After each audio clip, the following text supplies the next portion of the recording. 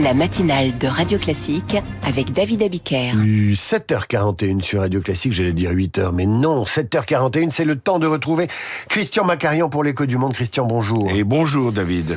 Vous nous parlez de la Pologne aujourd'hui. Pendant que l'Ukraine subit des bombardements d'une intensité encore jamais atteinte, la Pologne semble être la deuxième cible de la stratégie militaire russe.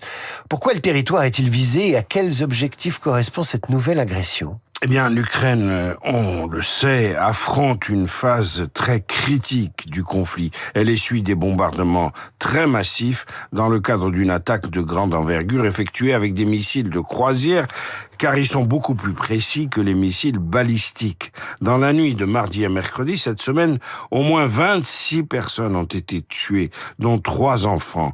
Dans l'ouest du pays, à Ternopil, 92 autres ont été blessés, dont 18 enfants. Les frappes ont endommagé les infrastructures énergétiques et de transport qui se trouvent à proximité, évidemment, des habitations civiles. D'autres explosions ont secoué la ville de Lviv, encore une fois à l'ouest de l'Ukraine, au bord de la Pologne, où les étages supérieurs d'une tour d'habitation ont été pulvérisés. Là encore, des infrastructures critiques et des installations énergétiques ont été prises pour cible.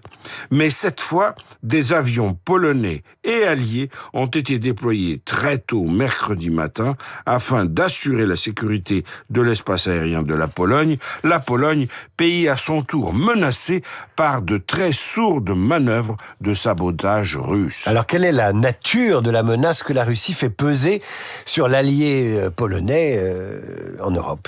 Eh bien, début de semaine, le Premier ministre polonais Donald Tusk a dénoncé un acte de sabotage sans précédent, et il avait raison, c'était sans précédent, après la découverte de rails endommagés par une explosion sur une voie ferroviaire menant vers l'Ukraine. Après des vols de drones suspects sur le territoire polonais en septembre dernier, après des incursions furtives dans l'espace aérien polonais, il semble que la Russie ait choisi une stratégie de harcèlement systématique, stratégie de harcèlement lancinante et progressive. Mais cette semaine, le grave incident de Mika, à 100 km au sud-est de Varsovie, où l'on a détecté in extremis des explosifs placés sur la voie ferrée aussi un peu plus loin, aurait pu faire dérailler tout un train et aboutir à une catastrophe. Le choix de cette ligne n'est pas dû au hasard. Cette route de l'Ouest est d'une importance cruciale pour acheminer l'aide vers l'Ukraine et la Russie entend bien ainsi démontrer qu'elle peut frapper l'approvisionnement de l'Ukraine à la source, à l'intérieur même du territoire polonais. Au-delà de l'alliance, l'Ukraine, la Russie ne cherche-t-elle pas à défier directement la Pologne ? Eh bien, la Russie, évidemment, s'inquiète de la montée en force de sa vieille rivale, la Pologne. Avec tous les achats d'armement en cours, la Pologne est en train de mettre sur pied tout simplement la plus grande armée d'Europe, dotée bientôt de 212 000 hommes, soit plus que la France qui en compte 200 000. Ce pays consacre 4,7% de son PIB à la défense.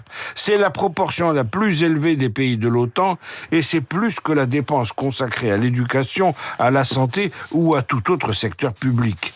L'armée polonaise, qui s'équipe à toute vitesse, devrait également compter 1100 chars avant la fin de la décennie, soit plus que l'Allemagne, la France, le Royaume-Uni et l'Italie réunis.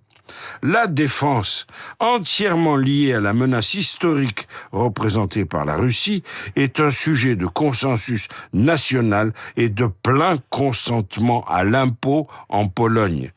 Car pour la majorité des Polonais, il vaut beaucoup mieux grimacer face aux taxes que subir le sourire de Poutine. Et hier, devant les maires de France, le chef d'état-major des armées a déclaré « Ce qu'il nous manque, à nous la France, c'est la force d'âme pour accepter de nous faire mal, pour protéger ce que l'on est. » On aura l'occasion d'y revenir ce matin. Christian, je vous dis à demain. À demain. On fait dans quelque chose de plus léger à suivre avec Marc Bourreau, et tant mieux, le magazine Elle fête ses 80 ans, de quoi a inspiré le journal Imprévisible. Radio Classique.